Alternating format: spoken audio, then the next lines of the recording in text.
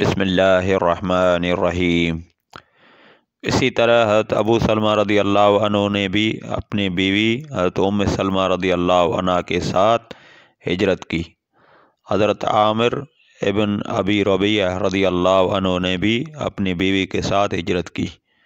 جن صحابہ نے تنہا ہجرت کی ان کے نام یہ ہیں: حضرت عبد الرحمن ابن عوف، حضرت عثمان ابن مظعون، حضرت سہیل ابن بیضاء، حضرت زبیر ابن العوام اور حضرت عبداللہ ابن مسعود رضی اللہ عنہم۔ کفار کو جب ان کی ہجرت کا پتہ چلا تو وہ تعاقب میں دوڑے، لیکن اس وقت تک یہ حضرات بحری جہاز پر سوار ہو چکے تھے۔ وہ جہاز تاجروں کے تھے۔ اس طرح یہ حضرات حبشہ پہنچنے میں کامیاب ہو گئے۔ کچھ عرصے بعد ان لوگوں نے ایک غلط خبر سنی۔ وہ یہ تھی کہ تمام قریش مکہ میں مسلمان ہو گئے ہیں۔ اس اطلاع کے بعد حبشہ کے بہت سے مہاجرین مکہ روانہ ہوئے۔ نزدیک پہنچ کر پتہ چلا کہ اطلاع غلط تھی۔ اب انہوں نے حبشہ جانا مناسب نہ سمجھا اور کسی نہ کسی کی پناہ حاصل کر کے مکہ میں داخل ہو گئے۔ پناہ حاصل کرنے والے ان مہاجرین نے جب اپنے مسلمان بھائیوں پر اسی طرح بلکہ پہلے سے بھی زیادہ ظلم و ستم دیکھا تو انہیں یہ گوارا نہ ہوا کہ ہم پناہ کی وجہ سے اس ظلم سے محفوظ رہیں، لہذا انہوں نے اپنی اپنی پناہ لوٹا دی اور کہا کہ اپنے بھائیوں کے ساتھ ظلم و ستم کا سامنا کریں گے۔ حضرت عمر رضی اللہ عنہ اس وقت تک اسلام دشمنی پر کمر باندھے ہوئے تھے۔ ایک روز وہ مکے کی ایک گلی سے گزر رہے تھے کہ ان کی ملاقات ایک قریشی شخص سے ہوئی۔ ان کا نام حضرت نعیم ابن عبداللہ رضی اللہ عنہ تھا۔ یہ اس وقت تک اپنی قوم کے خوف سے اپنے اسلام کو چھپائے ہوئے تھے۔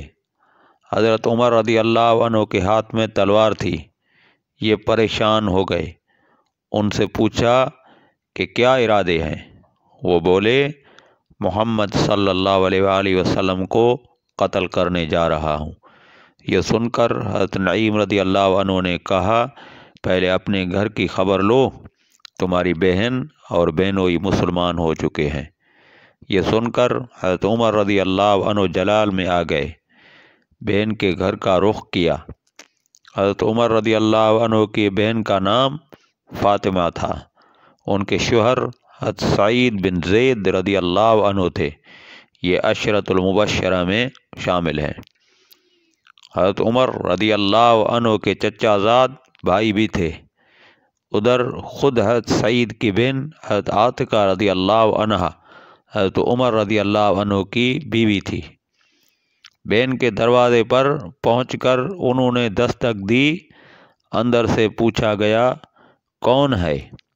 انہوں نے اپنا نام بتایا تو اندر یک لخت خاموشی چھا گئی۔ اندر اس وقت حضرت خباب بن ارت رضی اللہ عنہ انہیں قرآن پاک پڑھا رہے تھے۔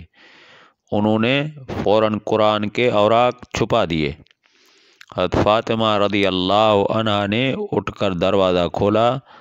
حضرت عمر رضی اللہ عنہ فوراً بولے، اے اپنی جان کی دشمن، میں نے سنا ہے تو بے دین ہو گئی ہے۔ ساتھ ہی انہوں نے انہیں مارا۔ ان کے جسم سے خون بہنے لگا۔ خون کو دیکھ کر بولی، عمر تم کچھ بھی کر لو، میں مسلمان ہو چکی ہوں۔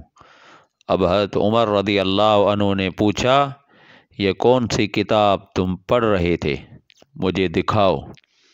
حضرت فاطمہ رضی اللہ عنہا بولی، یہ کتاب تمہارے ہاتھ میں ہرگز نہیں دی جا سکتی، اس لیے کہ تم ناپاک ہو۔ پہلے غسل کر لو، پھر دکھائی جا سکتی ہے۔ آخر انہوں نے غسل کیا، پھر قرآن مجید کے اوراق دیکھے۔ جیسے ہی ان کی نظر بسم اللہ الرحمن الرحیم پر پڑی، ان پر ہیبت طاری ہو گئی۔ آگے سورہ طٰہٰ تھی، اس کی ابتدائی آیات پڑھ کر تو ان کی حالت غیر ہو گئی۔ بولے مجھے رسول اللہ صلی اللہ علیہ وآلہ وسلم کے پاس لے چلو۔ حضرت خباب بن ارت اور حضرت سعید بن زید رضی اللہ عنہما ادھر ادھر چھپے ہوئے تھے، ان کے الفاظ سن کر سامنے آ گئے۔ بعض روایات میں یہ آتا ہے کہ حضرت سعید بن زید رضی اللہ عنہ کو بھی حضرت عمر رضی اللہ عنہ نے مارا پیٹا تھا۔ اس کا مطلب ہے صرف حضرت خباب بن ارت رضی اللہ عنہ چھپے ہوئے تھے۔ بہرحال اس موقع پر وہ سامنے آ گئے اور بولے اے عمر تمہیں بشارت ہو، اللہ کے رسول صلی اللہ علیہ وآلہ وسلم نے دعا مانگی تھی کہ اے اللہ دو آدمیوں میں سے ایک کے ذریعے اسلام کو عزت عطا فرما، یا تو عمرو ابن حشام ابو جہل کے ذریعے یا پھر عمر بن خطاب کے ذریعے۔ ایک روایت کے مطابق آپ نے فرمایا تھا ان دونوں میں سے جو تجھے محبوب ہو اس کے ذریعے اسلام کو عزت عطا فرما۔ آپ صلی اللہ علیہ وآلہ وسلم نے یہ دعا بدھ کے روز مانگی تھی۔ جمعرات کے روز یہ واقعہ پیش آیا۔ حضرت خباب بن ارت اور حضرت سعید بن زید رضی اللہ عنہما انہیں دار ارقم لے گئے۔ دروازے پر دستک دی گئی، اندر سے پوچھا گیا کون ہے؟ انہوں نے کہا عمر ابن خطاب۔